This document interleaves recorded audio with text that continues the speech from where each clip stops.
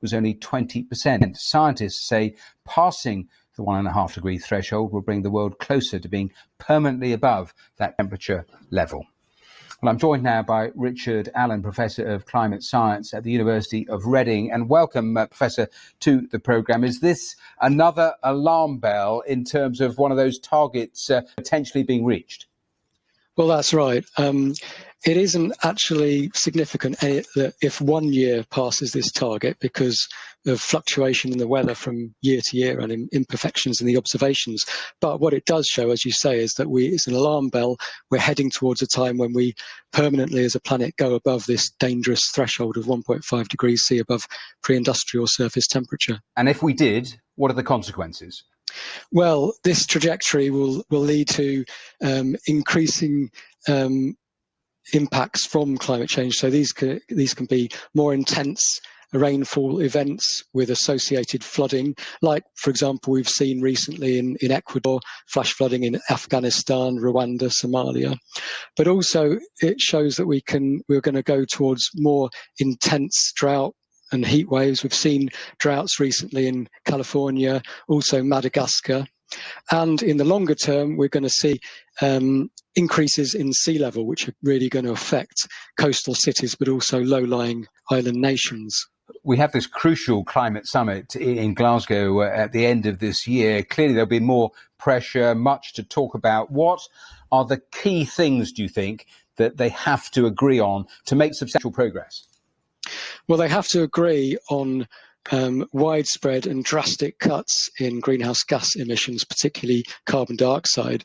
And this goes across all sectors from industry, domestic, agriculture, transport.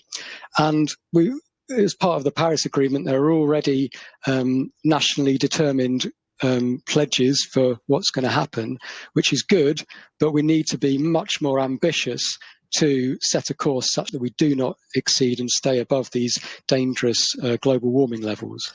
Remind me, in terms of those temperature rises, we're talking about 1.5 degrees Celsius.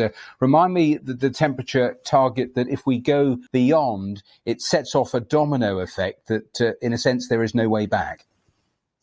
Well, there isn't really a temperature for any domino effects, but there are aspects of the system where you can get vicious cycles going on. You can get rapid drying out of, for example, rainforest regions like the Amazon that are possible. You can get a slowing in the ocean circulation in the North Atlantic that could have ramifications. So the chance of these low likelihood but very catastrophic events happening increases as you progress to higher and higher warming levels. We keep talking about governments. In terms of making real progress on this, it has got to percolate down much quicker, doesn't it, to companies in terms of the whole way societies are actually organised. Do you get the real sense that that is actually happening? I think it is happening, but it needs to happen at a much larger scale. So you're right, as well as governments leading this activity and drastically cutting greenhouse gas emissions, it's also, I think, really important that local groups, individuals, companies, cities, councils can also do their part, and they all are doing their part in terms of reducing emissions locally or reducing emissions as an individual by, for example, changing your diet. But all these things need to come together, and without the government leadership, we will not meet these targets. So there's got to be strong leadership from governments as well.